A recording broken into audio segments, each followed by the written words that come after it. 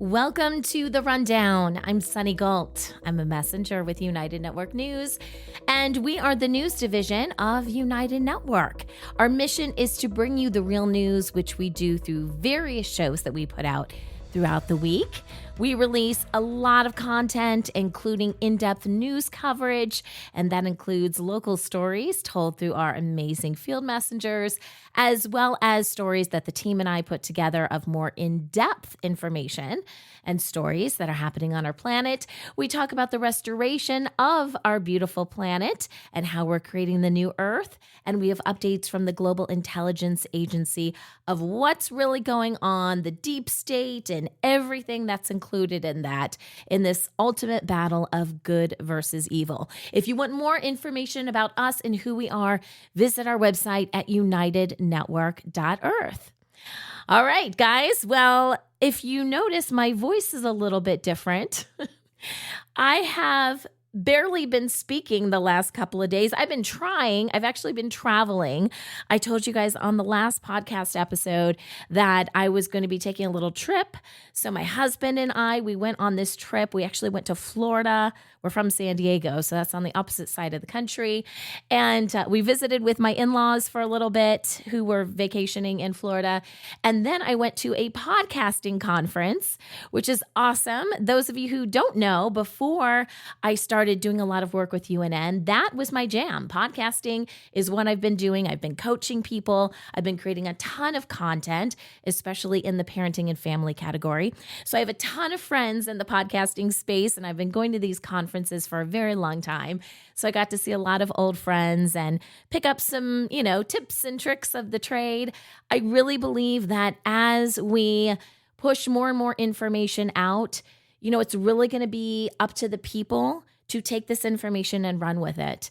And just like we have our field messengers, I believe podcasters are going to be this new, it's not really a new medium, but this new group of people that really starts to shine. And I was really excited to see what Source did at this expo and convention. So they had an expo hall and then all these different sessions. And I was so amazed. And I guess I'm not surprised because Source is incredible, but I was amazed at how many people came up to me and said, I don't really know why, but I feel like I'm supposed to talk to you. And it was such a beautiful thing because inevitably they had these podcasts that were connected to the very things that we talk about on the news. So the first guy that came up and started talking to me has a podcast that's about conspiracies and UFOs and aliens and all this. I'm like, yeah, I get why you're supposed to come talk to me. Then another guy came up to me and said he was with a group of people that were Christians that were starting to question the Bible and got kicked out of their churches. And it just felt, he just felt like God was leading him to come talk to me. I'm like, yeah, I got you. I had, just so many people that were really questioning. Like this one woman came up to me and just started talking about the CIA and satanic rituals. I'm like, I got you too. There was a group of women that were talking more inspirational mindset and, really controlling your intention and, meditation, things like that. And I just thought it was really cool how Source was using all of this because it's going to be so important moving forward that we share our voices. On the news, we talk about our field messengers a lot. All of these people could be field messengers, and they are essentially in their own right. So I was gone and I was talking to all these people. And honestly, the first day, this was like a 3-day conference. The first day I forgot to shield. I forgot to put up my shields. And when I'm talking with someone, one of the ways that I really like to connect with them is to match their vibration if I'm interviewing someone. And so if I don't shield up, I have a tendency to get sick and I completely lost my voice. But I'm here, guys. I'm here for this episode. I wasn't even sure if we were going to do it. I'm putting it out about a day late. If you're new to this podcast, what we do is we do a review of the stories that we covered last week on the news and the various videos that we put out. So it's a great way for you guys to catch up on any stories you may have missed. Or if you want to share UNN with somebody that hasn't heard of us before, obviously we're trying to get the word out. With any information we put out, we encourage you guys to think critically, Ask questions, do research. There's a ton of information we're releasing that I'll be going over in today's podcast that came out earlier in the week that requires a little bit of you could hop on your favorite search engine and do some digging, and we encourage you guys to do that. We mention a name of a place, go check it out. I mean, maybe not physically, that'd be amazing, but maybe you can't go physically, but look it up online and look about the history of it and, really start to participate, because that's what's really going to help you moving forward in A, knowing that this information is true, and B, being able to talk about it with authority to other people. And that's just it. It's all about sharing the information that you learn. So I appreciate you guys being with us today. I do have some tea next to me. I'm hoping my voice makes it through the entire episode. I'm going to do my best. Not only were the stories really great this week, I wanted to share with you guys, but Kim talks about some incredible stuff on the Global Intelligence Agency reports. And I thought, oh man, I can't not do an episode because this information has to get out to everyone, regardless of whether or not you're a member. So I'm glad you guys are here because we've got a lot of great stuff to get to. So let's just dive into it. Here is the rundown of stories you may have missed this week on UNN.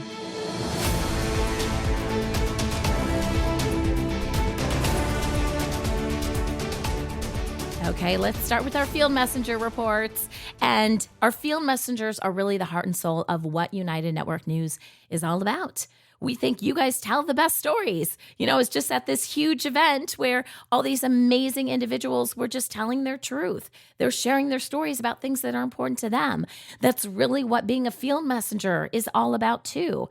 I don't think you need someone from some network news association or group to come into your town and share the story. You can share the story. And it also builds community with the rest of the world. We get to see your beautiful area through your eyes, a place that you love and you care about. So if you have not submitted a field messenger report before, don't worry. This isn't somewhere we're not going to hold your feet to the fire. It's not like you got to submit a certain amount of stories every month. We just, when something happens in your area, just share it with us. So if you want more information, you can go to our website, unitednetwork.earth. Go to the field messenger section. We've got some tips. You can also submit your stories that way. And we have a whole production team that will put this together for you. So you don't have to know anything about editing. Just tell us what's going on. And we'll put it together and we'll put it on the news, just like these field messengers did. All right, Chukwudi Kingsley out of Nigeria showed us this amazing dance from Nigeria that these women were performing, and it's intended to unite people across their community, and it's specifically with women. And this group was for married women. Apparently, there are different groups, not just ones for married women, but this particular group was. And, the one takeaway that I had from this is, first of all, how happy everybody was. And then you would look around because they were out in the open, but then there were some of these kind of huts around, and some people were playing, with the drums and stuff. One of the things that I noticed is that particular day, it was kind of cloudy out, and I noticed it had been raining, so there were puddles and things like that. So many times, when I see that kind of weather, I live in Southern California, so I'm used to the sun. When I see that kind of weather, I'm like, oh, bummer. They had this great event set up and then it rained. But you would never know that from the joy on this entire community's face and just watching these women dance. And so that's one of my takeaways from it. It was finding joy despite, that for some people, having it rain could have ruined the day. Heck no, not for these people. It was just beautiful to watch. And obviously, it's helpful to actually see the video. So I'm just giving you guys an overview, but check it out. Oh, and they had amazing skirts, very bright colors. Just beautiful. And then Rosemary from Australia, she's actually in the Queensland area. She took us to some birthing pools at a place called Mary's Creek.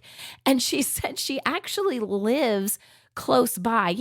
I think we have, a lot of us, obviously, depending on where you live, there's probably incredible things that have happened on the land surrounding you that you may not even understand, realize the history of.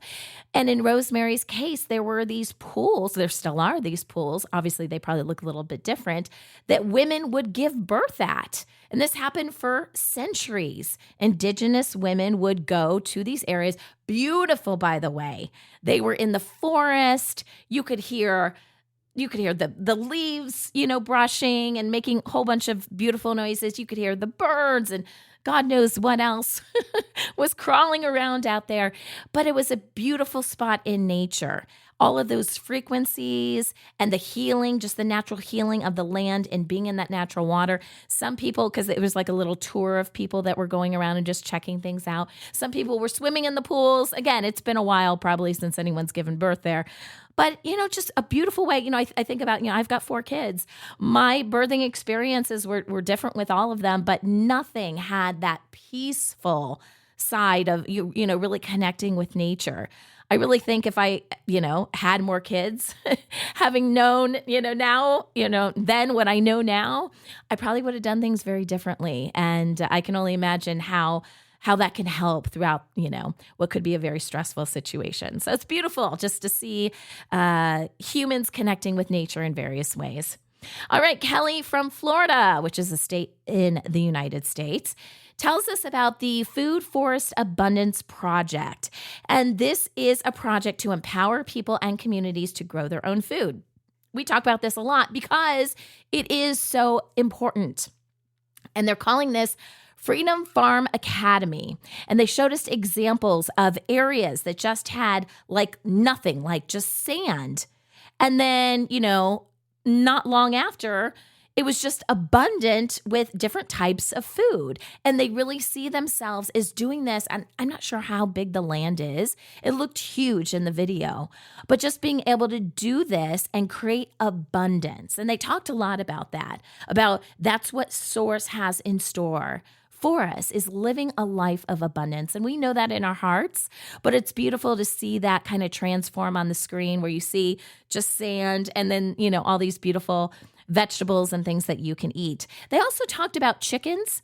And I've heard this. I've interviewed a few people. Not all the interviews have aired yet, but the importance of chickens. Not only can you get eggs from them or meat from them, but they are great for restoration, for regeneration of the land. And they also clean up some of those insects and stuff that can kind of get in the way of our food. So there you go. That's the Forest Abundance Project. Sophia out of Germany, she actually did 2 stories and we divided it up this week. I think one aired on Wednesday and one aired on Fridays, but the stories really do kind of go together. And it is about a community in southern Germany, Sulzbrunn, and it is situated near an iodine-rich spring.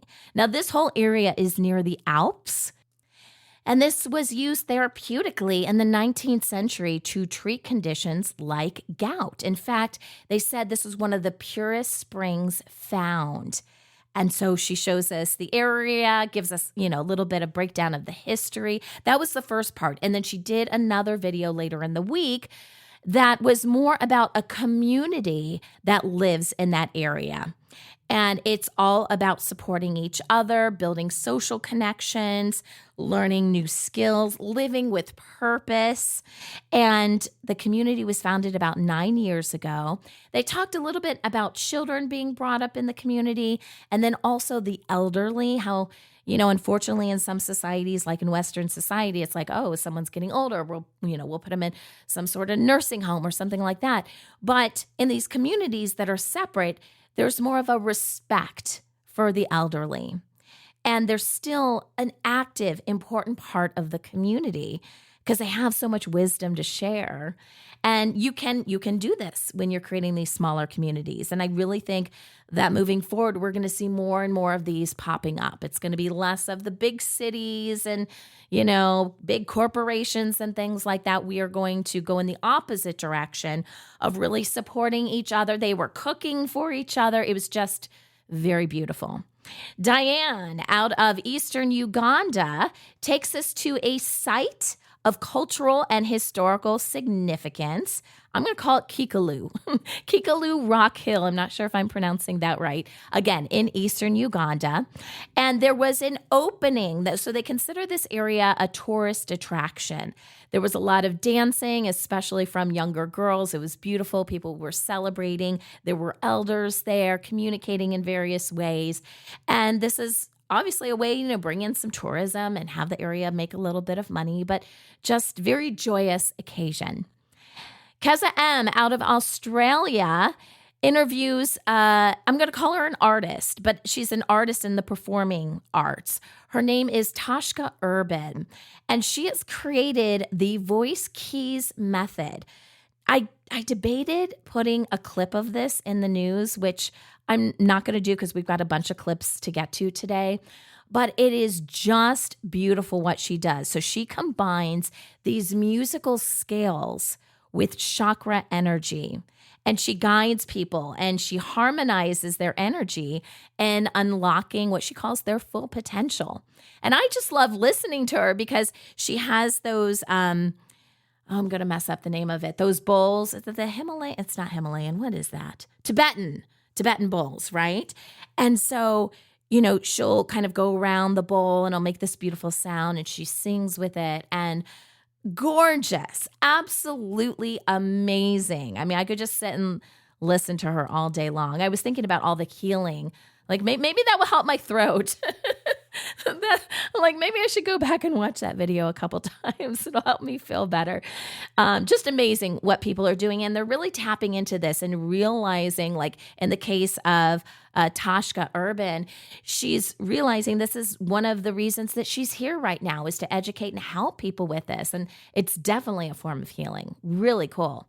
And then Rick out of Arizona. Oh, I love Rick. So we've done some videos in the past. Rick typically dresses up as Santa around the holiday time, and he's always doing things for his community. In this video, he went to Grace Lutheran Church in Phoenix, Arizona.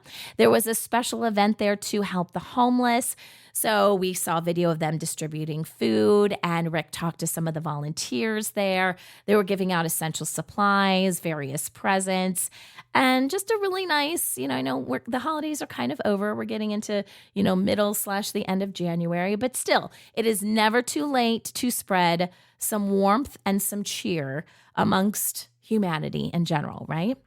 And our final story of the Field Messenger reports is from Amy. And Amy's typically in New Jersey, but for this story, she is in Pennsylvania, again, another state in the United States. And she is at Reptiland. I think that's how you say it. It is a small zoo in Allenwood, Pennsylvania. And she obviously visited recently, and there were a ton of different reptiles, hence the name, right? So we got to see some alligators, some tortoises, an axolotl. Do you guys know what that is? That's something you can look up. It's a really cool looking lizardy, but it's kind of like a lizard, but it's almost see-through. It's like completely white. They were really popular on the internet. There was like a lot of social media stuff about them. An anaconda, which I think there was a movie about an anaconda, right? Lots of different reptiles. In fact, they even had, like out in the yard, there were these, there weren't sculptures because they were actually moving, but these depictions of what we think of as dinosaurs. Who knows how accurate that is? But I mean, they went the full gamut in Reptiland. So if you're in Allenwood, Pennsylvania, you may want to check it out. They even showed us some birds. I'm not really sure what that has to do with the reptiles. I shudder to think. All right, in our in-depth news reports, which are the stories that the team and I work on, and, we go a little bit deeper. We've got some sound bites and stuff. We have a bunch of really cool stories this week. We're going to start off with the impact of social media filters. So beauty filters, which are powered by AI, have transformed the way we present ourselves online. These filters are crazy. Have you ever used these? They basically make your skin look flawless, and it's all done in real time. So if you move your face, the whole image moves. It's like that's really you. It can match your skin tone, all this amazing stuff. Now, while these provide a quick confidence boost, their widespread use, especially amongst young people, raises significant concerns about mental health, self-esteem, and body image. Studies reveal the pressure to conform to filtered standards of beauty can lead to feelings of inadequacy, body dysmorphia, and even depression. Take a listen to this one woman who had an experience that wasn't so good as a result of using these filters. Yesterday I was on TikTok Live on my backup account because I'm banned from going live on this one, and I realized that the beauty filters are auto-enabled when you re-log into an account. So I was on there all for a couple hours. I didn't realize it was smoothing my face out. I think it's on right now too. Anyways, and then I went on to Instagram where there was no beauty filter and I felt hideous. I did not like looking at myself. I don't struggle with that anymore. These beauty filters are bad for your mental health. They are bad for your body image. And it's only going to be up to you whether or not you want to take those off and change the way you see yourself. Because it was shocking how I felt when I got on Instagram Live compared to being on live on here. I actually felt disgusted when I look at myself. And anytime I feel that way, I know I need to work on something. It's kind of scary, huh? With over 600 million users embracing filters on platforms like Facebook and Instagram, the societal push for perfection, it's really stronger than ever, leaving many people to question the impact on authenticity and your own personal self-worth. Experts suggest that stepping away from these tools and embracing natural appearances can help counter unrealistic beauty standards and foster self-acceptance. All right, let's talk about cooking oils. So, despite their reputation as a healthy cooking staple, vegetable oils may not be as beneficial as advertised. Often made from seeds like soybeans and sunflowers, these oils are heavily processed, stripping them of natural antioxidants and introducing harmful toxins like aldehydes, which have been linked to serious health risks such as cancer, heart disease, and neurodegenerative conditions. Take a listen to this guy talking about the truth behind canola oil. The story of canola oil and how it's come to dominate our diets is one of the craziest stories in American history. It was originally used as an engine lubricant for ships in World War II. And at this point, canola wasn't even edible because there's virtually no such thing as canola oil. It comes from rape seeds. Rape seeds are grown in monocrop agriculture, and a majority are sprayed with glyphosate, and rapeseed oil is high in what's called urusic acid. This is toxic to humans in even just small amounts. So in the 1970s, Canada wanted to create a version that was low in urusic acid. And this is where canola oil gets its name. It stands for Canadian Oil Low Acid. But to make this more edible, canola needs to go through about 40 different stages of processing, including bleaching, deodorizing, and using harsh chemical solvents like hexane. But in this refining process, many of these unstable oils are turned into trans fats. So how did this oil actually make its way into our diet? Believe it or not, some reports show that Canada paid the FDA $50 million to declare canola oil safe. And soon after, it quickly got the American Heart Association Heart Healthy stamp of approval. Isn't that amazing? It can get these awards despite what's actually in it. Consumed worldwide due to their affordability and shelf stability, vegetable oils are present in numerous products from snacks to cosmetics. However, research suggests minimizing their use by choosing minimally processed alternatives, exploring oil-free cooking methods, and incorporating more fresh produce to promote better health. Well, those might be better options. Have you ever heard of something called parent alienation? Well, this is something the team and I researched this week. It is definitely a thing. So parental separation is the most common adverse childhood experience in the UK, often leading to complex emotional fallout for families. In some cases, this includes parental alienation, where one parent manipulates a child to reject the other parent, causing psychological harm and long-term effects on the child's emotional well-being and ability to form healthy relationships. Take a listen to this guy who actually went through this as a child, so he has firsthand experience. That is that trifecta: isolation, control, manipulation, and lies through actual outright lies and through something that rings true that is made to be negative and then inserted and paired with a lie. We always want to bring awareness, what's going on, give you that inside perspective. As a child who experienced this, who was on the receiving end of this, who went hook, line, and sinker, was isolated, was controlled, was manipulated for years and years, and cut my dad out of my life and believed everything. And yes, I can look at that and say, oh, I was manipulated. Oh, I was controlled. That's true. But at the end of the day, I have to live with the fact that it was my fingerprints on it. It was designed that way, right? I never forced you to do anything. I gave you the choices. Do you want to go with that jerk who hates us, or do you want to stay home? While children may avoid a parent for valid reasons, such as abuse, new UK Family Justice Council guidance emphasizes distinguishing between justified resistance and alienation, prioritizing child protection in some of these cases. Parental alienation can lead to lifelong struggles with self-esteem, trust, and emotional stability, as outlined by Dr. Amy Baker's research.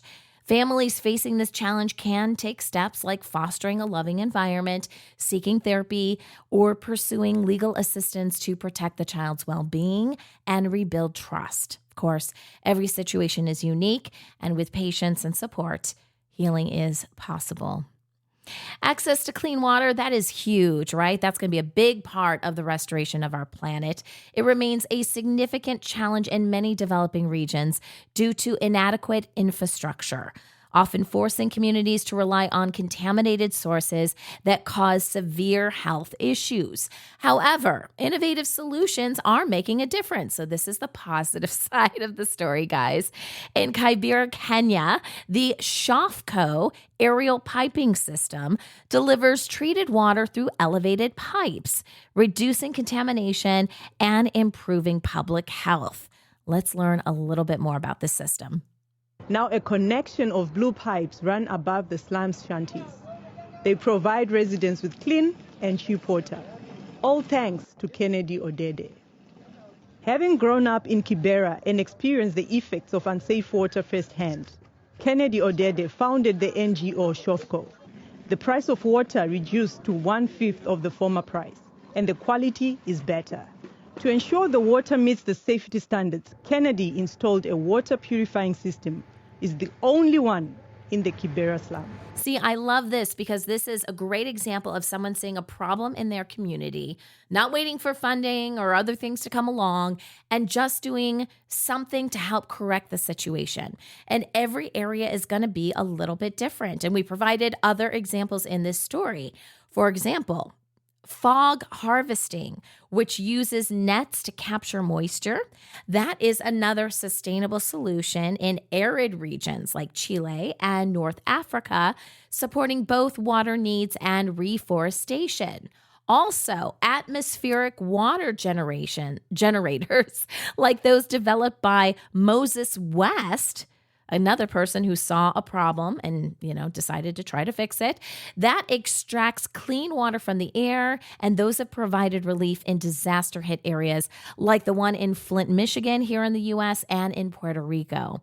These inventive approaches offer hope for addressing the global water crisis and also improving lives. That's what we're here to do, right? Let's talk about fake research data. Or data. I'm going to go with data today. I go back and forth. Falsified or manipulated research data is a growing concern in the scientific community. It undermines trust and causes real-world harm. Researchers may alter data to secure funding, promotions, or recognition, right? Get more recognition, while participants might misinterpret themselves for personal gain.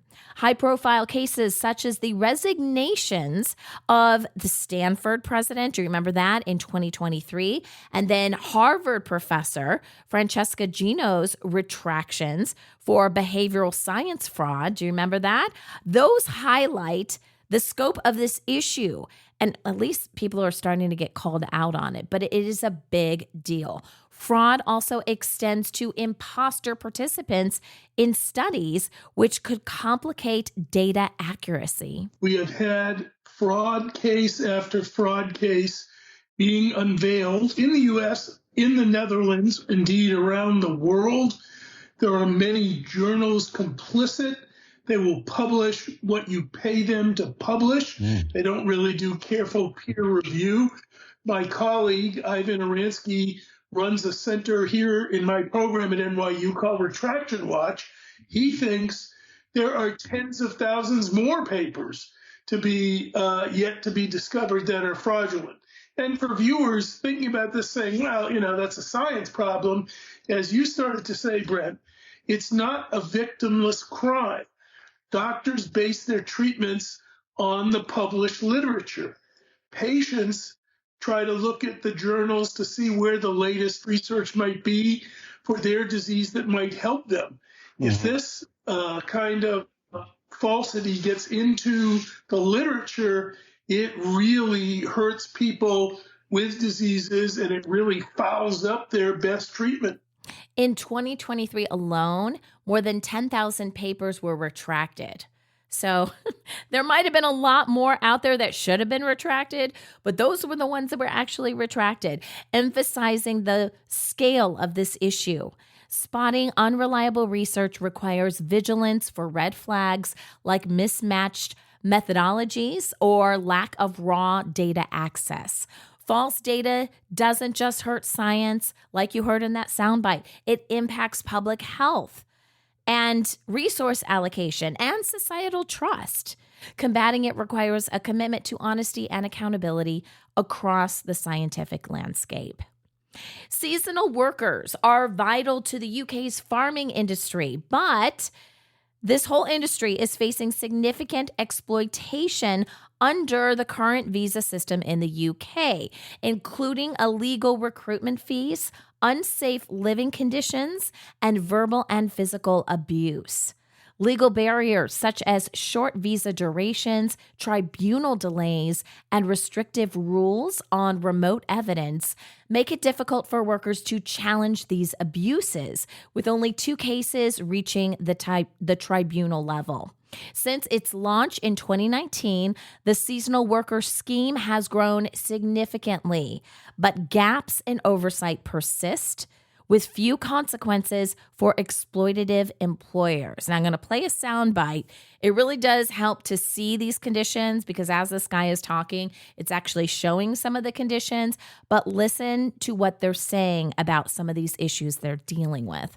With damp and mould growing on the walls, this old, leaky caravan is what seasonal farm workers coming to the UK are expected to live in for the 6 months they're here. Footage we've obtained shows windows in a state of disrepair, the furniture stained, the heater doesn't work. Even the toilet here is broken. This place is called Leabank Nursery in Essex, and the footage is filmed by farm workers from Central Asia here to grow and pick aubergines. They're charged £300 a month per person to live like this. It comes out of their minimum wage pay, and 3 workers have to share 2 beds. The caravan was disgusting and cold. There weren't even enough beds. I had to sleep sitting on a chair. Then they gave me an old sofa from the barn. That smelled of cat urine. If we complained, they told us this is all that was available for us. Sometimes they were shouting at us, telling us to work faster, even though we were at the limit of our capabilities. The relationship felt like slaves. While the UK government has extended the scheme until 2029 and aims to reduce reliance on migrant labor through automation and domestic recruitment, this system remains less worker-friendly compared to countries like the US and Canada. Although, in all fairness, there's probably issues everywhere where recruitment costs are employer or government supported. Stronger protections and fair systems are urgently needed to address these challenges. Managing nuclear waste, well, wow, that is a complex and long-term challenge, as radioactive materials can remain hazardous for thousands of years. While current methods like underwater storage, dry cask storage, and deep geological disposal are considered safe, keyword considered, issues such as improper handling and illegal dumping pose serious environmental risks. For example, Somalia has been a dumping ground for various hazardous waste due to its political instability, with European and Asian companies now implicated. In the aftermath of the death and the destruction brought about by the tsunami, the United Nations Environmental Programme reported that toxic waste washed up along the shorelines of Somalia, with the villagers reporting symptoms of radioactive exposure. Among these were mouth bleeds, abdominal hemorrhaging, unusual skin disorders, and breathing difficulties. The source of this radioactive poisoning is even more sinister than you can imagine. Somalia does not have a nuclear power plant, nor does it have nuclear weapons. The UNEP, through their spokesman, Mr. Nick Natal, reported that there were indications of hazardous waste, radioactive material, chemical waste, and other dangerous substances in metallic containers that had been dumped in the Somali coastline, were damaged and washed up by the tsunami in 2004. Now, on the positive side of this, there have been some innovative solutions, such as Finland's groundbreaking long-term repository and the use of geobacter bacteria to neutralize uranium waste. These things offer hope for more sustainable management. However, with nuclear waste continuing to accumulate, the responsibility to ensure safe disposal lies with our choices that we're making today, shaping the future for generations to come. Let's talk about rage baiting. It's kind of a buzzword in today's terms. It's a strategy where creators provoke anger to boost their online engagement. And this is becoming increasingly prevalent on these social media sites. It is driven by algorithms that prioritize interactions like likes, comments, and shares. This tactic thrives on social media platforms that can't distinguish between positive and negative reactions, or if they can, they don't really care, often amplifying divisive or misleading content for profit. There is an account here that regularly goes viral. It is of a young girl who is usually smashing an iPad, being rude to her mother, maxing out credit cards, buying purses, whatever. And most of the videos go viral, and they claim that, it's satire and it's like a skit. I don't know what it is. It's gross, in my opinion. But this app and the algorithm pushes it out because it's perfect rage bait. It's perfect rage bait.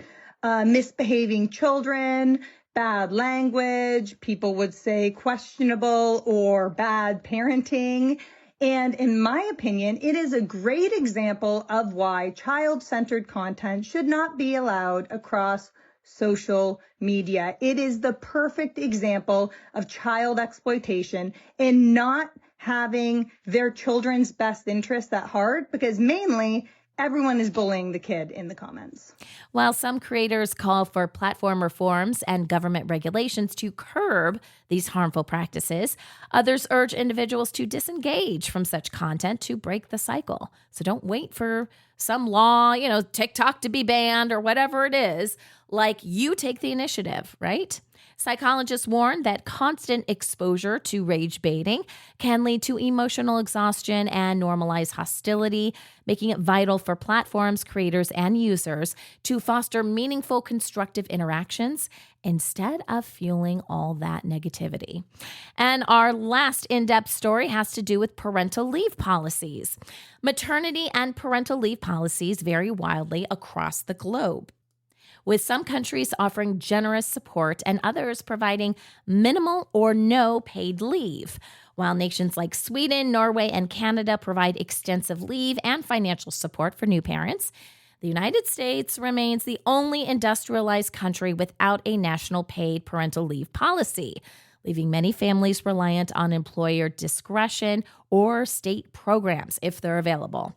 Companies like Netflix have pioneered progressive policies, but even these companies are scaling back, reflecting inconsistencies in parental leave standards. There has been suggestion that the company has started to roll back on this benefit because they didn't expect that so many people would take advantage of it, which really highlights the fact if you're going to put a policy in place, expect people to take up the policy. So one of the HR managers has said, we did not plan for employees to use 1 year as the starting point for evaluating how much time away they need for bonding and care, nor did we assume that employees would view this as a 1 year leave. And as a result, employees who want to take the year parental leave, which is on offer, have faced questionable attitudes from their managers. There has also been some rumblings that some workers who are on parental leave were targeted for layoffs from the company. We've seen more and more recently as companies struggle, they begin to roll back their generous maternity leave policies.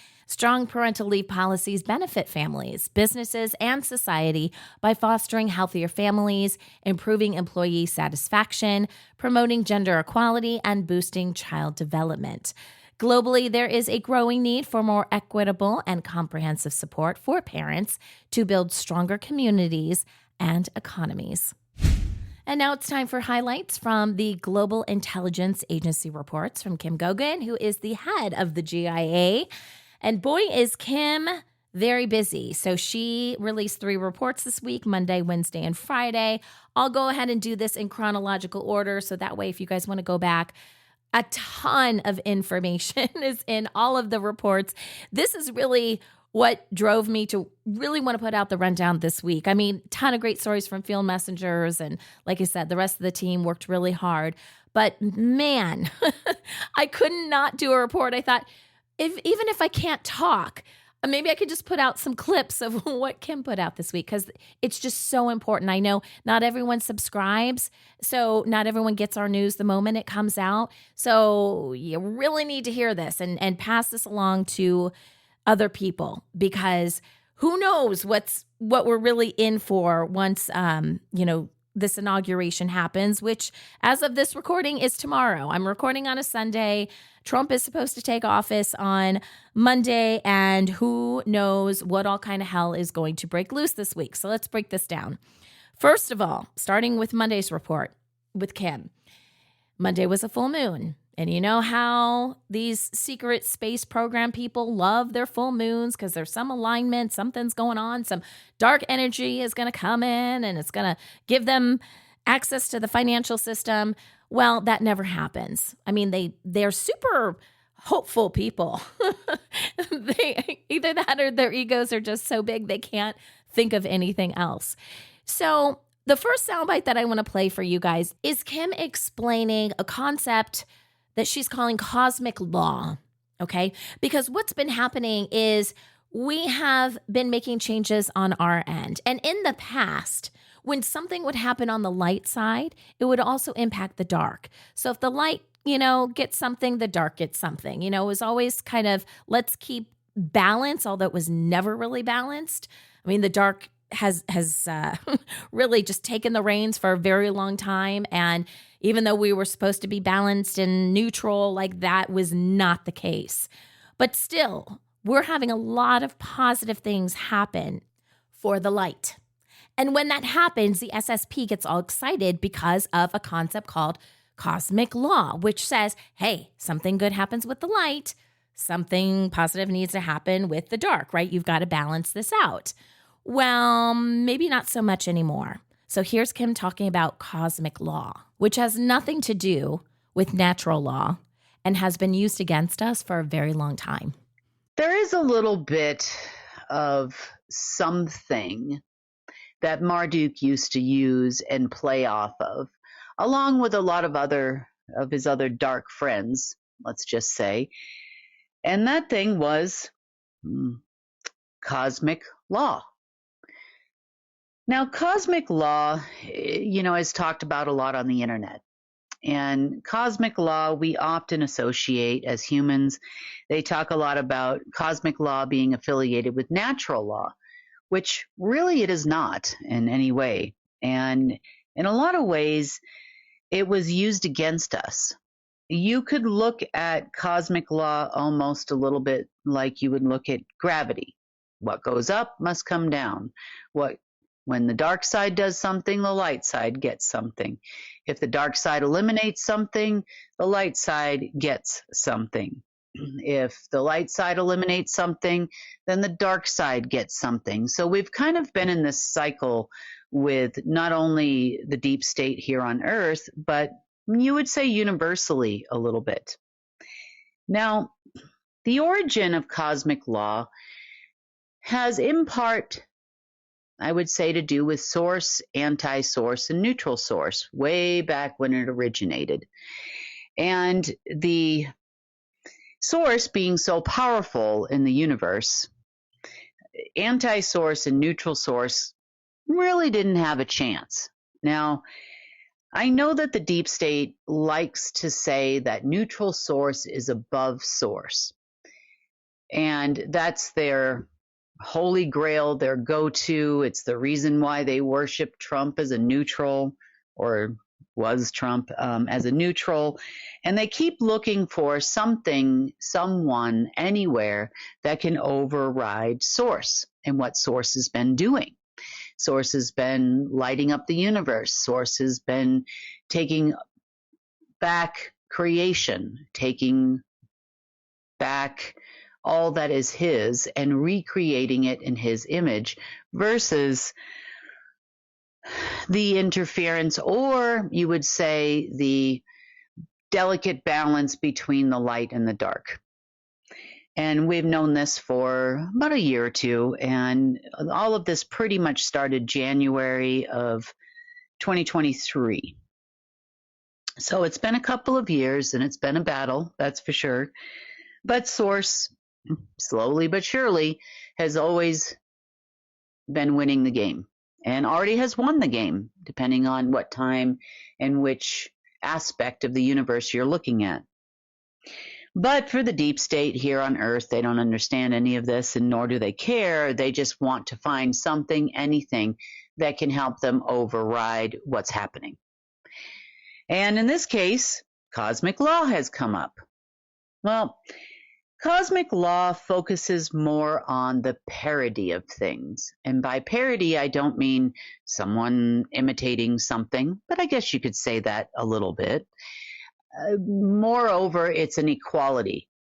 And the original cosmic law was designed to have source on one side and have neutral source and anti-source be equal players with source, if you will, in the universal grand scheme of creation, the creation of things. And there were definitely a lot of things that indicated that the Council of Nine, the dark side, Marduk and all his friends and all the other realm owners, would play a lot in the gray of cosmic law. And by gray, I could say neutral, but by neutral, I definitely don't mean, well, not taking a part in things. You know, that's what we would look at a neutral player as someone who doesn't take a part in things. And I would say they used neutral source a lot to override things that source would do, or our light side territories, or those types of things that would be more harmful than good or positive or within the light. And cosmic law had a lot of little caveats to it. So as the agreement was made eons and eons ago between source, neutral source, and anti-source, which kind of, to put it in a layman's terms, I guess you would say pitched the deal, anti-source and neutral source pitched the deal to source, where together they would be equal to source. And why? We had changing of the ages. We started out in a neutral age. We moved into a dark age where we've been for a long time. And now we're moving into a golden age. And until this weekend, cosmic law always applied, meaning Marduk would put the reason why we had this space junk, so to speak, come up over the weekend as one example would be because Marduk used cosmic law, and when we, meaning the light side, would start to win, there would always be something that would get thrown up to counteract or balance things out. So cosmic law, you could say, in some way was a little bit of a balancer throughout the universe. And associated with cosmic law, there was an additional creator AI that was created, to which, to some degree, Marduk, being a part of the Council of Nine of the multiverse, nothing to do with a galactic council or anything like that, had some limited access to this cosmic law creator AI. Therefore, he was able to put things in place to create that perpetual balance. And I use the term balance lightly because he looked at things a lot differently than I would say.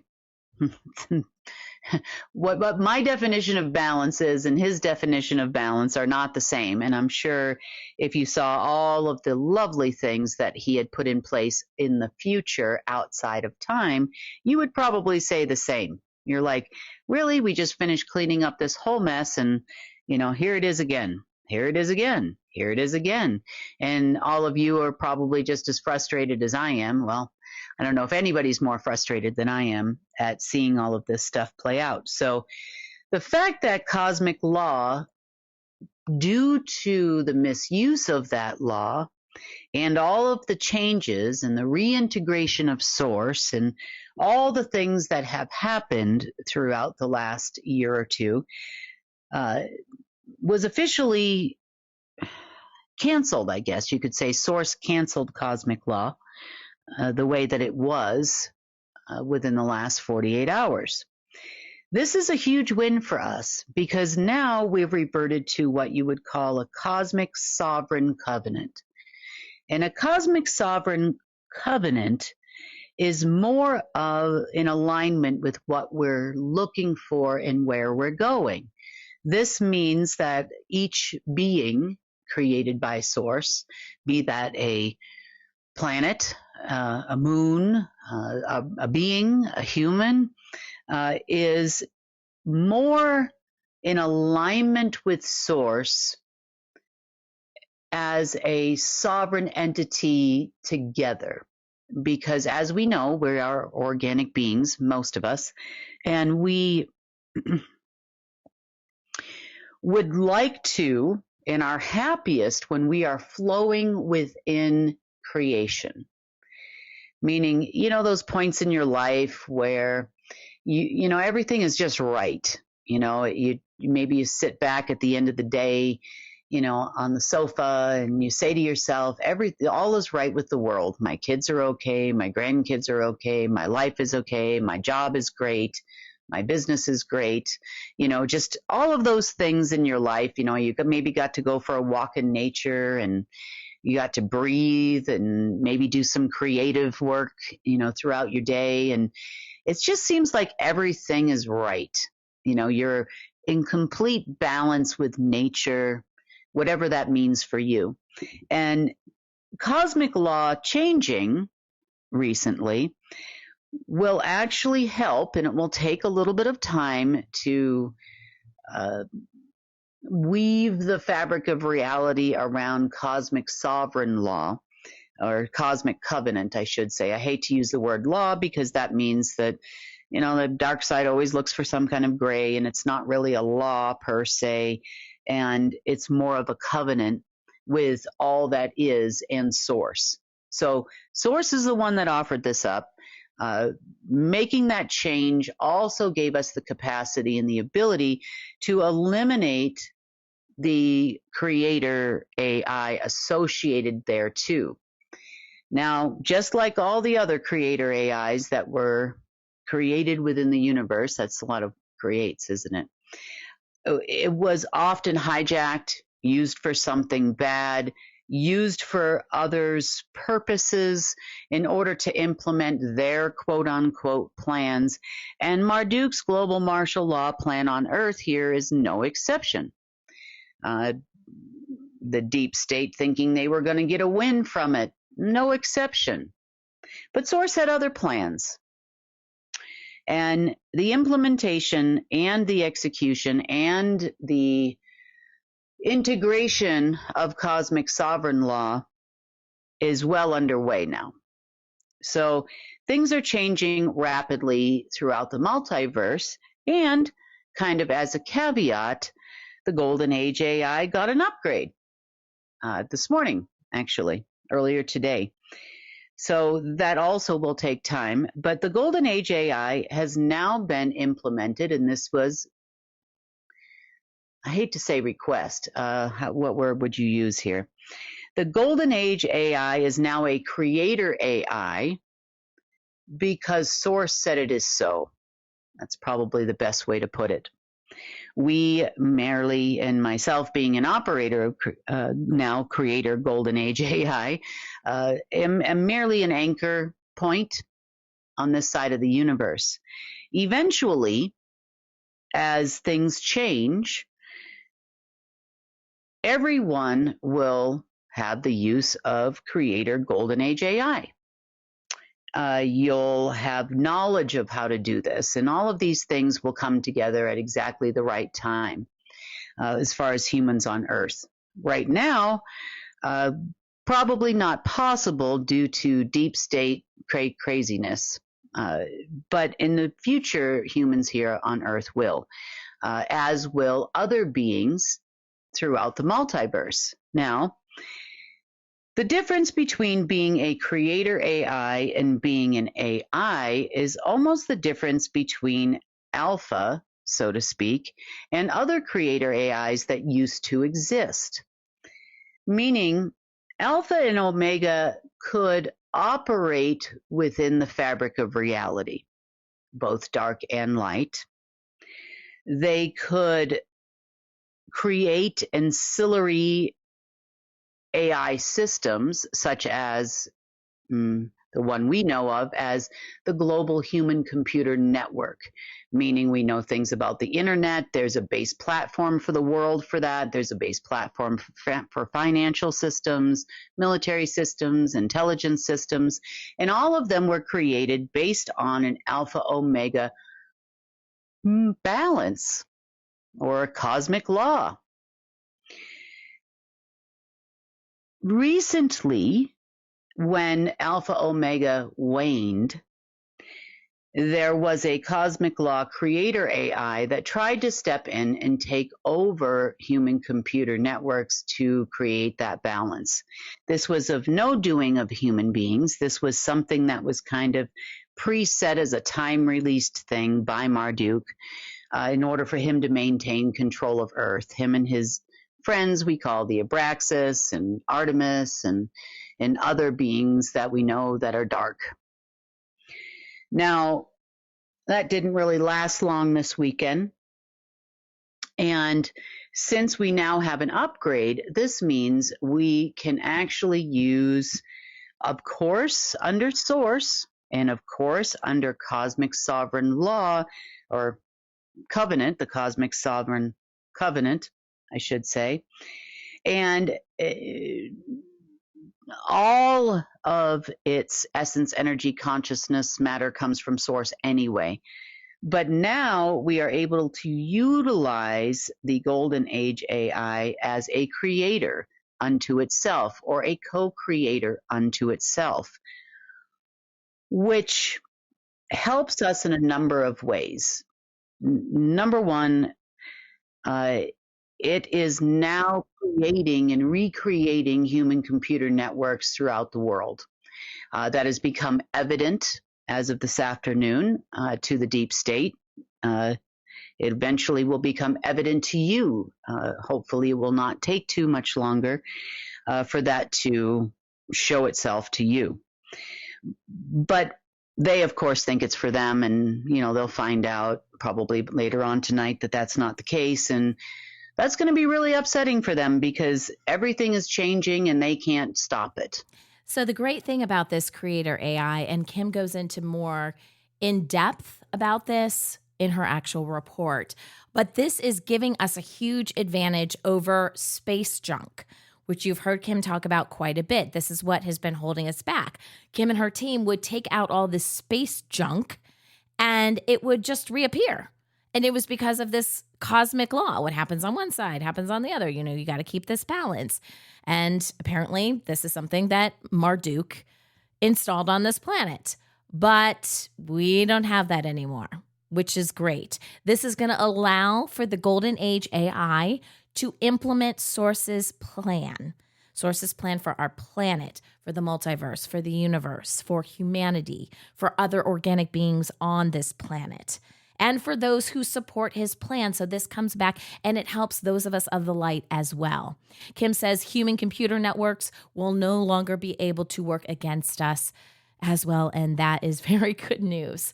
So that was Monday's report. On Wednesday, she updated us a little bit. I don't know if alt media is talking about this because I don't follow those crazy people, but apparently there is talk online about a potential war between the US and China. And that's not really going anywhere either. And I just want to get that out there into the ether so that you guys know if you hear rumblings of this. This is the secret space program on the Trump side. China didn't even know that any of this stuff was going on. And when they started to ask questions, the SSP was basically like, yeah, Trump's getting back in office. We need to show that this guy's strong. The problem is no one's buying it. No one is buying their lies. Okay. January 15th. Should have been a really big payday historically. Orders would have come out, but they're not seeing this stuff happen anymore. And that's because we have a completely different setup, as Kim has mentioned numerous times. In fact, I think we mentioned, was it last week, we were talking about how the Trump operatives, and again, this is SSP, were going around, they have this whole plan for world domination. So they go around to all these different countries and they install their people kind of at the top. Well, because they're not following through on their promises, there are rebellions that are now starting to get these Trump operatives out of these countries, which they're kind of like invaders, right? They just come in, throw their weight around. Oh, we're SSP, whatever. Trump's going to save the day. Well, Trump isn't saving anything. He's got no money. Absolutely not going to happen. There's just all these shadow governments, and they're starting to be thrown out of these different countries. It's happening all over the place. That's part of the reason why you heard of a ceasefire between the Israelis and the Palestinians. That's because no money came in. How are we supposed to keep this fake war going? Yes, real people are getting hurt, but not for any real reasons other than the fact that they want control over the financial system. They think it's going to rain down money from the sky if they do all these horrible satanic things to each other, right? Like killing each other for no reason. So that's why you saw the ceasefire announced. Also, the soundbite that I want to play from Wednesday's GIA report is about the SSP's financial backup plan. Even though there's no way this is going anywhere, sometimes it helps to know the mind of your enemy, which these crazy humans are pretty much, they're out of luck. But apparently there was a backup plan. Let's just call it Plan B. If you've heard rumblings online of them wanting to close the IRS, that's kind of part of this whole thing too. So if money doesn't rain down from the sky, what is the SSP/Trump's financial backup plan to save the world and actually have money to do all the crazy stuff they want to do? Here's Kim with more. They're starting to work on some kind of a backup plan. And they've always had kind of a plan B in their mind, and it's just pretty much in their mind. They've always had kind of a plan B as far as how to financially get done what they want to get done. Now, there isn't enough money in circulation on planet Earth if I were to add together all the currencies to make all of this happen. It's just not possible. I think that they've lied so much they've forgotten some of their lies. So if they actually sat down with pen and paper or on a spreadsheet, if they use those, or in some kind of analytics software and added it all together as far as promises, they got all their operatives together because there's a number of them. And they said, okay, what did you promise? What did you promise? And people didn't actually lie because they lie to each other all the time. Then they take account of how much money is in circulation, not just dollars, but money in totality. They would see that that is an incorrect plan. Now, one of the things that took place in this meeting from last night has a little bit to do with doing just that. So there was some talk about what they can expect, the new administration, what's going on with Trump operatives, and the Treasury people were there. And, there was talk about issuing new currency and would that work? And so they decided to do their own version of a whiteboard session. And I didn't get to participate. Obviously, I wasn't there at this meeting, but I'm going to participate today a little bit. And to give you a little bit of an understanding, too, because there are a lot of people out there that are waiting for Trump to get in so they can get their Nasara Jacera and prosperity packages and, the revaluation of currency is going to happen. I mean, I've heard it all.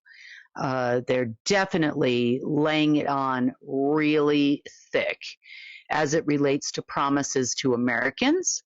There's also talk about closing the IRS is something that has been said publicly, as well as, things about student loans, wonder where he got that from, all kinds of big promises that are going to allegedly happen to make your life a whole lot better.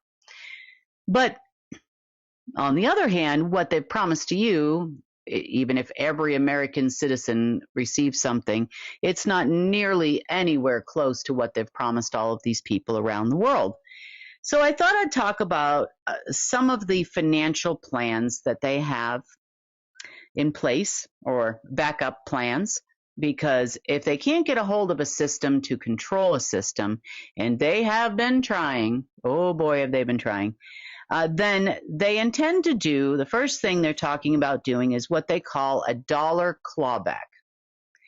Now, for those of you that are aware, the dollar is pretty much used all over the world, and that's number one. And it's used all over the world, and in some countries they even use dollars for example, average everyday citizen real estate transactions and large transactions. And this probably started during, for example, the fall of the USSR, when the ruble wasn't worth much. In other countries like Brazil, sometimes it's still utilized. So more importantly, it's utilized for the majority of on-market and off-market, in some cases, commodities transactions. That's why they call it the petrodollar, and I'm going to explain exactly what that means.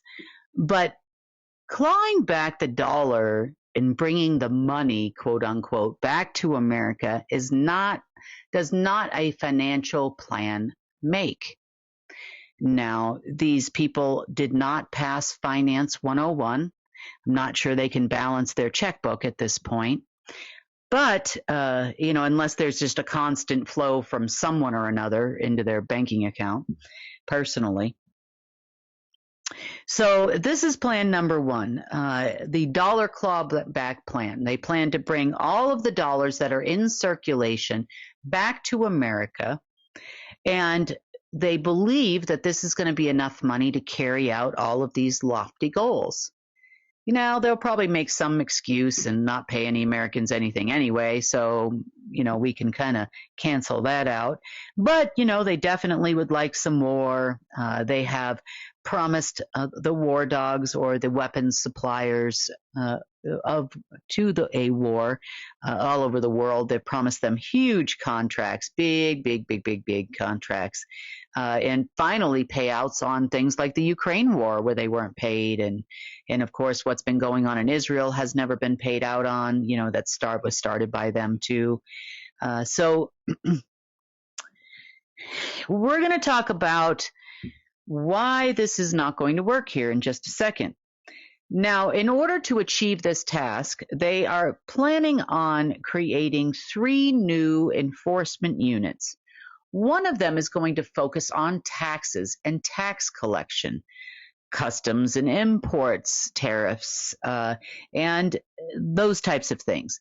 The other one is going to become allegedly the government's tax collection agency, because Trump has announced that he's going to close the IRS. Well, you might have clued the Treasury Department in on that, because if they haven't, I'm assuming someone from the Trump organization has ordered the Treasury to try to leverage against incoming taxes from American citizens to the IRS. Now, there isn't a whole lot there right now, but this is tax season. Tax season's rapidly approaching here in America. The Treasury Department has been ordered and instructed to delay payouts on tax returns and refunds.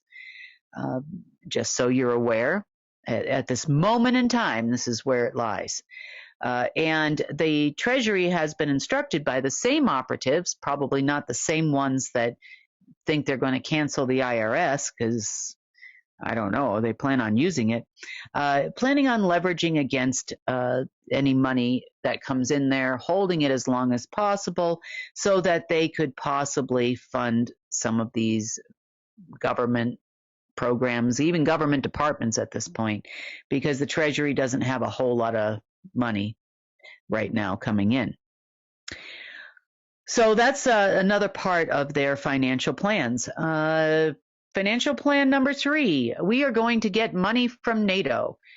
Remember last time Trump was in office, they were complaining about all the money America was donating to NATO and all of this, and other countries have to do their part. Well, NATO is still well over 60% funded by the United States, always has been, in part because, well, it originated here, number one, and Bush Sr. did that.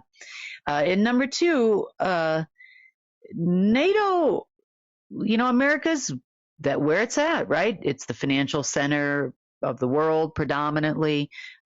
Most of the money comes from the Federal Reserve in the U.S. At the moment, or used to, used to. And so they'd like to get some money now coming from NATO to America. Well, they must have forgotten that at the same time they'd like to do this, they would also like to do a dollar clawback, which to already broke countries, because the financial system is on very shaky ground as far as governments are concerned worldwide. Matter of fact, there are governments that are not going to be able to continue to pay their government employees much longer, and the U.S. isn't too far behind. So where do they think NATO's going to get this money from? That's hilarious. That is really funny. I mean, do they think that maybe certain other groups of people tend to, let's just say money flies out of some kind of orifice, at random will? It's a black magic thing or something. I'm not sure. But NATO has no money, and the NATO countries don't have any money either. Remember, they've been making donations on their behalf now for a while to this Ukraine-Russian situation and to the Israel situation. Where's this money coming from? They don't even have any more money to participate in either one of those. So that's probably not a good financial plan. Okay, so because this conversation took place with a number of different people from different, and I use this term loosely, government departments, they have came to the conclusion after a few hours of analyzing how much money is out there. What would happen if we clawed back all those dollars? Could that actually run the government? Could that fund a war? Could it do all of the things they're hearing about? At the end of several hours of analysis, because we're going to give this in brief here, they came to the conclusion that no, It wouldn't even buy them like a month. It's not, and that's not even taking into consideration the promises they have not heard about that are being made out there. So, yeah, because they all went back to work today and went to their respective departments, talked to other respective operatives that were in their areas, so to speak, there is definitely a lot of angry people out there. There are definitely a lot of operatives out there that are extremely angry when they found out the numbers, the promises, the cost of things, and the whole alleged budget for their how do I say, the checks that their mouth is writing, that the backside of them can't cash. That's a nice way to say that, isn't it? But it's definitely very heated all over the U.S. and in other places where other operatives are. They've come to the conclusion that what they're being told is not going to happen. Which, if they had just listened to UNN, we have been telling them this, and Kim has been saying this on the GA reports for how long? Not going to work. If you want more information about that dollar clawback system that they were planning on using, Kim goes into a lot more detail. She actually brings out her whiteboard, and I felt like she was really talking to the operatives at that point and really breaking down why this isn't going to work. So for anyone that's still holding on to hope of that as being an option, it absolutely is not. So you can go back on Wednesday and listen to more on that. On Friday, SSP is getting kicked out of more countries. The latest as of Friday was South Korea. These guys actually tried to write fake checks to these people that they owe money to in South Korea, which of course the people tried to cash and it didn't work. So got the boot. Okay, let's talk about the inauguration for a second, which is, as of this recording, is in less than 24 hours. Kim says there is no more talk of any terrorist attacks because that was kind of a thing. They were trying to get out, we owe everyone all this money. Let's do a fake attack, blame it on someone, Trump dies, and then what's the J.D. Vance guy? Oh, well, he didn't make any promises, so hey, I guess we got out of that one. But apparently that is not going to happen as of this moment. Kim has also said that they changed their mind at the last minute. They're like little schoolgirls that can't make up their mind on anything, right? So what has been publicized is that they plan to move this inside, allegedly because of the weather. Forget about transparency with our government. We don't want the people to be cold. Is that what's going on? No, that is not what's going on. But there are a lot of threats being made. And it's not just to Trump, because I think a lot of people realize on the inside that that's not really Trump. But there are other people that could be up on that platform with Trump that may be a target. So why not move everything inside where they can control everything? In fact, that also includes the fact that the current Trump, whatever that is about at least 6 inches shorter than the real Trump? I don't know if they're planning on maybe putting some platforms on that guy. I don't know. I don't know if anyone's going to be measuring him, but I guess if you could compare the inauguration from 8 years ago to this one, would people be able to tell the difference between short Trump and taller Trump? I don't know. But that's the next big thing, right? And there is another payday on the horizon. They believe that's happening on January 21st. And Kim is starting to get some calls about, we have to have some sort of transition here. We're supposed to have this peaceful transfer of power. Well, they don't have anything. They have a dead guy, is what they have, and a lot of promises that they cannot fulfill. We have access to the funds that they want. Kim does. So they want this money because they don't want to be in trouble with these people anymore. Literally, and these, when I say these people, I'm not talking about the guy dressed up as Trump. I'm not talking about his new cabinet. Those are just the puppets, okay? We're talking about the SSP operatives and other people trying to run this blank show, right? This beep show behind the scenes. They're the ones that have made all the promises here. And those are the ones whose literal lives are probably on the line right now because they have so many enemies and so many people that they've promised money to that they cannot fulfill. So they want money from Kim. Kim has made some demands. If you want to have a conversation, this is just to get to the table, guys. If you want to have a conversation with CARE, meaning Kim, about what this could look like, just to come to the table, Kim has some demands. And I think this is really important to listen to. Who knows if they'll actually follow through on this, but in Kim's words, let's go ahead and play this soundbite. This is what is required, SSP people, to even start the conversation. Here's Kim. So I am starting to get some calls about, well, there's got to be some kind of transition and, some kind of way to, some of the people to understand these are your leaders. And, I stress the fact that there is no leadership, that the entire world is attempting to be run by a bunch of people that used to moonshine last week, and now they are intending on running a planet. So, so I said, okay. And I said, right now, the organization, the government and the organization there is kind of behind the eight ball with us, meaning, they've lied an awful lot. They've lied to the American people. They misused funds. They never paid us our care funds when they had the opportunity to do so and when it was relevant. And so as far as trustworthiness is concerned, we really don't have any. So I made two demands, which I know they can fulfill, which will cost them zero money because we know they don't have any. And, them promising us that is kind of ridiculous at this point. So here are the two demands that I made if they want to actually have a conversation about moving forward. And then there is a third demand that would be a requirement. Number one, I want my property in New York back.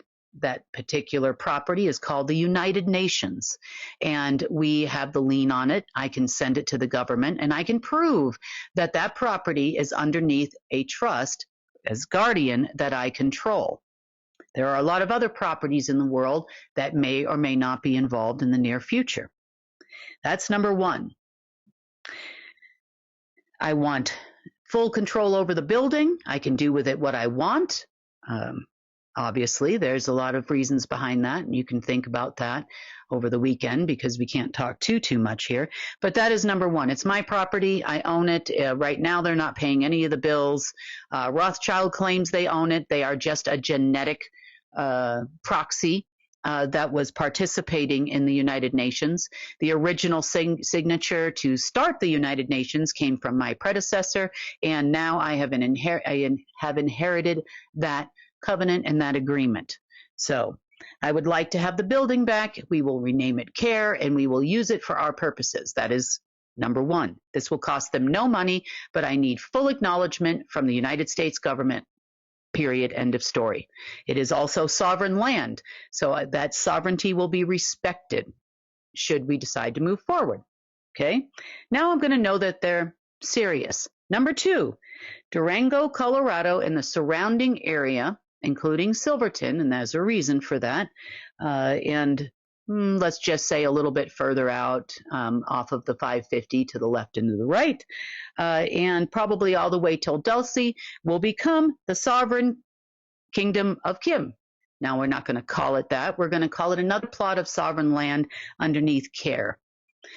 They will not be able to enter my quote-unquote land without permission from my security. I will have the right to hold a standing army should I so choose on this property. There are other things such as I can issue passports from here. I can do a lot of different things from here that we currently cannot do. Next, we'll probably build the let's just say, I hate to call it the World Bank, but a bank that under CARE where we could officiate funding from underneath our own sovereignty and safety. from either one of these locations. So there are more plans that go along with this, but you get the general idea here. Before we actually have a conversation with the United States government, there are things that I require. Now, next, as a contingency, if we are going to keep the show running, we will actually put forward our lien, and it will be acknowledged for the property also known as Washington, D.C. Now, Washington, D.C. has been cleaned. What I mean by that is the space junk that was underneath the whole place, all the way to Georgetown and into Maryland and elsewhere, has been cleaned. There was an upside-down pyramid underneath Washington, D.C. that has been cleaned.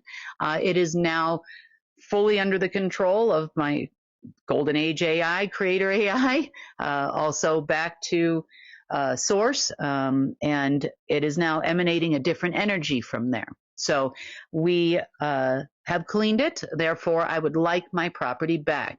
That means anything within that property, just as it did for the Rothschilds and other people, by proxy only, because technically the person that holds my chair holds that property anyway.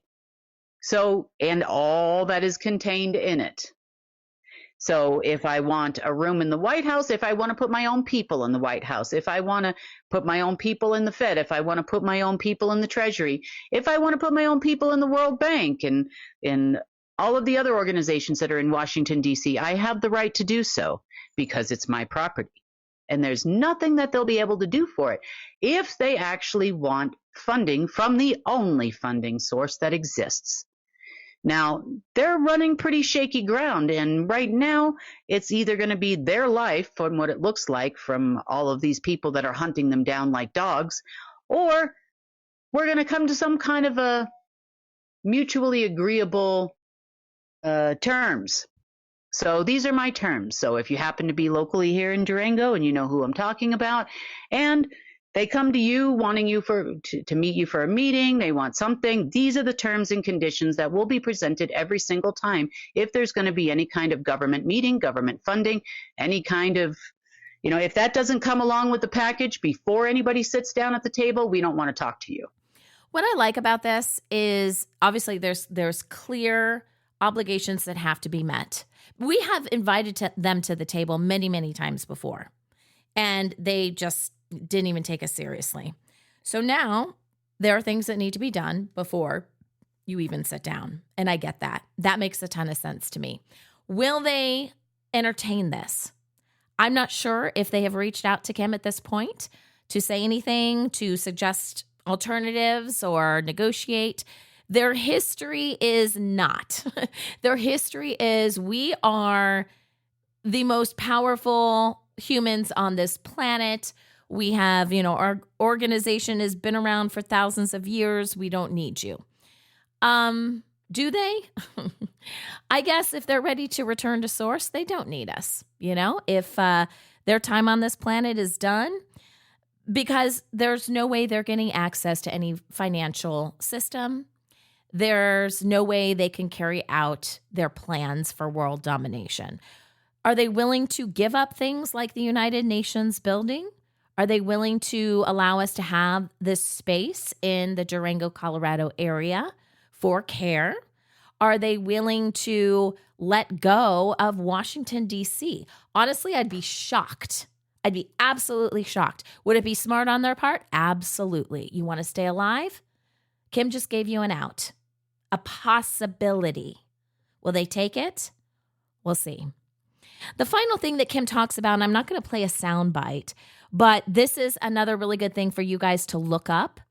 And that is, and I may be pronouncing this incorrectly, Diomede Islands. So there was a big island and a small island. The big island is part of Russia. The small island is part of the U.S. And it's really interesting. I actually did a search for this, and there's some cool YouTube videos on this. In fact, I saw this one video where they were talking about, did you know you can actually walk from the U.S. to Russia? And they were trying to say, not that it's legal to do this. You'd probably get arrested or worse if you tried, so don't.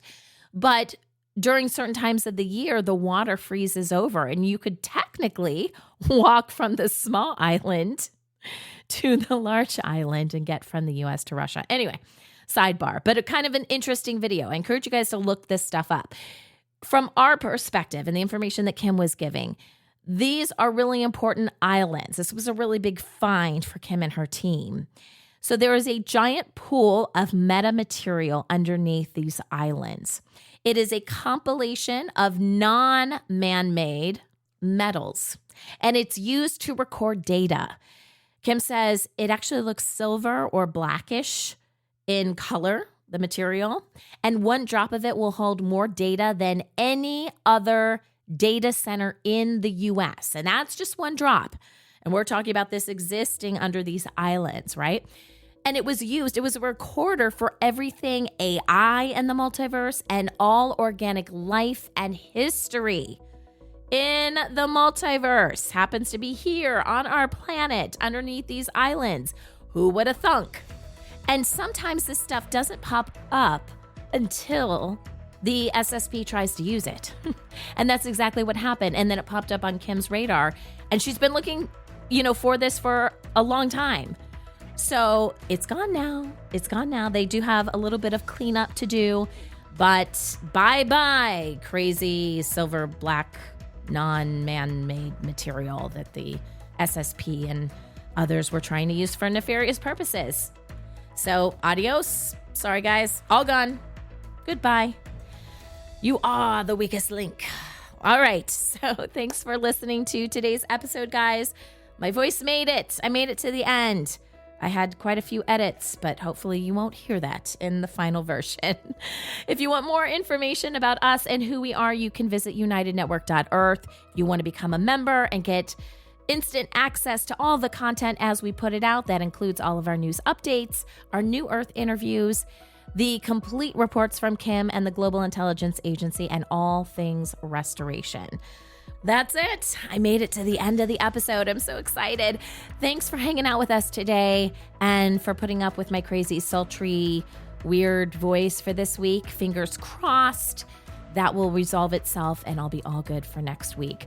This has been The Rundown, and I'm Sunny Galt for United Network News, signing off.